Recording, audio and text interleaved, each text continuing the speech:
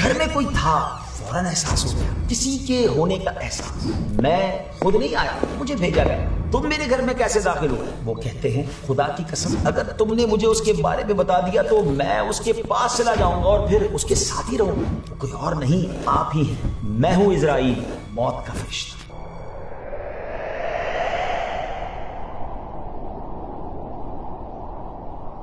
السلام علیکم ورحمۃ اللہ وبرکاتہ۔ ناظرین، ایک بار پھر ہم حاضر ہیں۔ ویب سیریز کا نام ہے حیات خلیل و ذبیح۔ سبحان اللہ، خلیل کون؟ حضرت ابراہیم علیہ السلام، اور ذبیح حضرت اسماعیل ذبیح اللہ علیہ السلام۔ ناظرین، آپ نے مہمان نوازی کے بہت سے فضائل سنے ہوں گے۔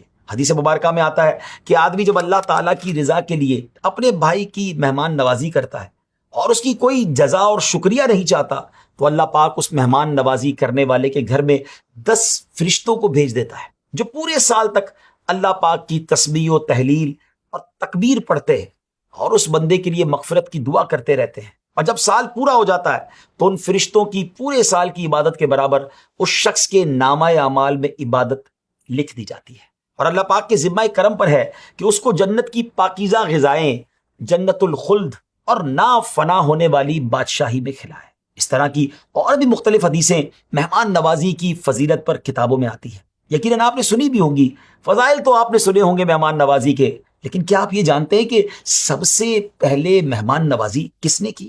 یا ہم یوں کہہ سکتے ہیں کہ سب سے پہلے مہمان نواز کون ہے؟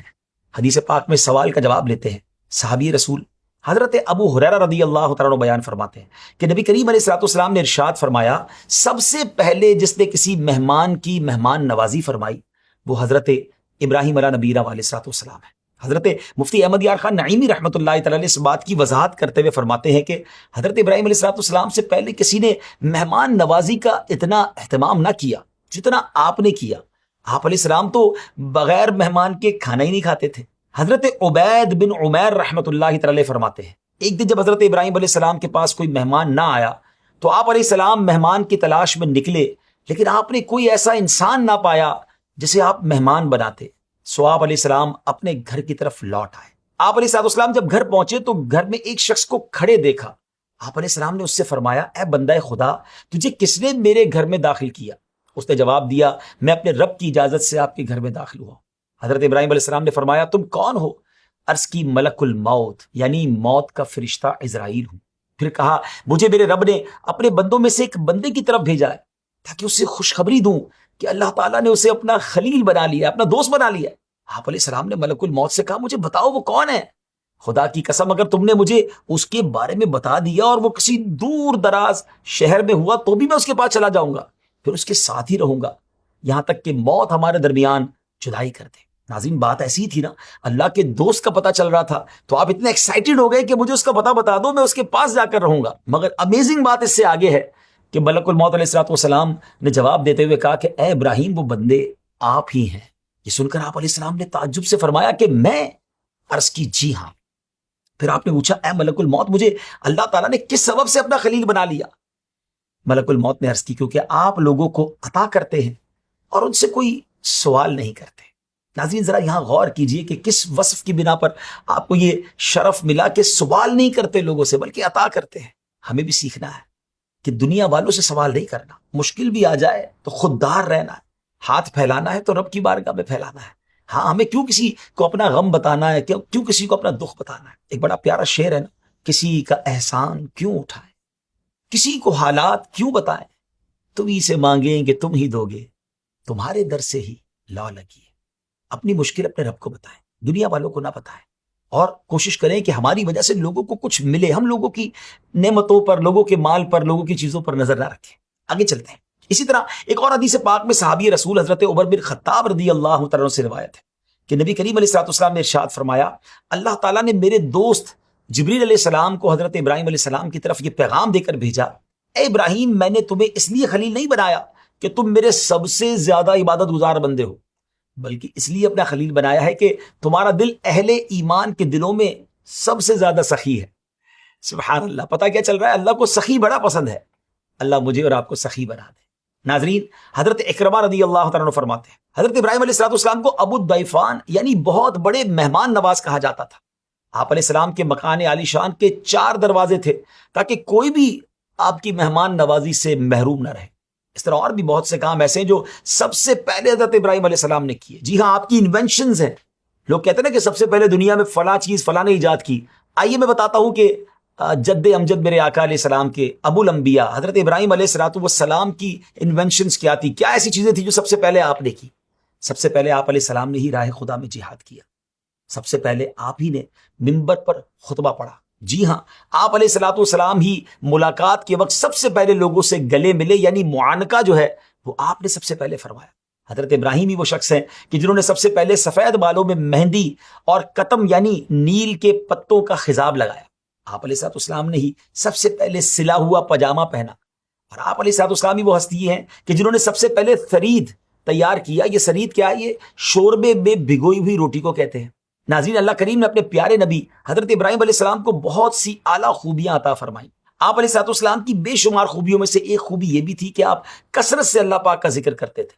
اور حضرت خالد بن معدان رحمۃ اللہ تعالی علیہ فرماتے ہیں، جب حضرت ابراہیم علیہ السلام کے سامنے برتن میں انگور پیش کیے جاتے تو آپ ایک ایک دانہ اٹھا کر کھاتے، اور ہر دانہ کھاتے وقت اللہ کا ذکر کرتے تھے۔ آپ علیہ السلام کے اوصاف میں یہ بھی ہے کہ آپ بڑی رغبت کے ساتھ نماز ادا فرماتے تھے۔ حضرت کعب رضی اللہ تعالیٰ عنہ فرماتے ہیں، ایک بار حضرت ابراہیم علیہ السلام نے اللہ پاک کی بارگاہ میں عرض کی، اے میرے رب، مجھے یہ بات غمزدہ کرتی ہے کہ میں زمین میں اپنے علاوہ کسی اور کو تیری عبادت کرتا نہ دیکھوں۔ اس پر اللہ تعالیٰ نے آپ علیہ السلام کے لیے فرشتے بھیج دیے جو آپ کے ساتھ نماز پڑھتے تھے اور آپ ہی کے ساتھ رہتے تھے۔ آپ علیہ السلام ہر سال براق پر سوار ہو کر بیت اللہ کے حج کے لیے تشریف لے جاتے تھے۔ براق آپ علیہ السلام کی سواری کے جانور کا نام ہے، جبکہ بعض نے اسے آسمانی براق بھی قرار دیا ہے۔ آپ علیہ السلام کا حسن اخلاق بھی مثالی تھا۔ آپ لوگوں کو اللہ پاک کی طرف بلاتے اور آپ کو اللہ پاک کی طرف سے اس پر استقامت کا حکم بھی دیا گیا تھا۔ حضرت ابو ہریرہ رضی اللہ عنہ فرماتے ہیں کہ نبی پاک علیہ السلام نے ارشاد فرمایا، اللہ کریم نے حضرت ابراہیم علیہ السلام کی طرف وحی فرمائی، اے میرے خلیل، تم حسن اخلاق کا مظاہرہ کرتے رہو اگرچہ سامنے والے کفار ہوں۔ ایسا کرنے سے تم ابرار کے زمرے میں داخل ہو جاؤ گے۔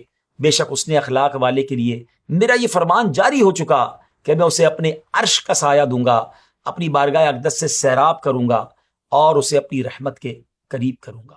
حضرت ابراہیم علیہ السلام توکل اور تسلیم و رضا کے بھی اعلیٰ مرتبے پر فائز تھے۔ حکم خداوندی پر اپنے بیٹے حضرت اسماعیل علیہ السلام کو ذبح کرنے کے لیے تیار ہو جانا، نیز حکم خداوندی پر اپنی زوجہ حضرت ہاجرہ رضی اللہ تعالی عنہا اور اپنے چھوٹی سی عمر کے بیٹے کو ویران ریگستان میں چھوڑ دینا اسی تسلیم و رضا کے مرتبے کا اظہار تھا۔ مزید رسول کریم علیہ السلام نے ارشاد فرمایا، جب حضرت ابراہیم علیہ السلام کو آگ میں ڈالا گیا تو آپ علیہ السلام نے فرمایا، حسبی اللہ و نعم الوکیل، یعنی مجھے اللہ تعالیٰ کافی ہے اور وہ کیا ہی اچھا کارساز ہے۔ چنانچہ رسیوں کے سوا آپ علیہ السلام کی اور کوئی چیز نہ جلی۔ ناظرین دیکھیں نا، اتنی بڑی آگ ہے مگر آپ کا بال بھی بیکا نہ ہوا۔ اور سچی بات یہ ہے، وہ رب کریم آج بھی ہم سب کی غموں کی آگ کو باغ بنا سکتا ہے، مگر ریکوائرمنٹ ایک ہے۔ شاعر مشرق لکھتے ہیں نا، اگر آج بھی ہو ابراہیم سا ایماں پیدا، آگ کر سکتی ہے انداز گلستاں پیدا۔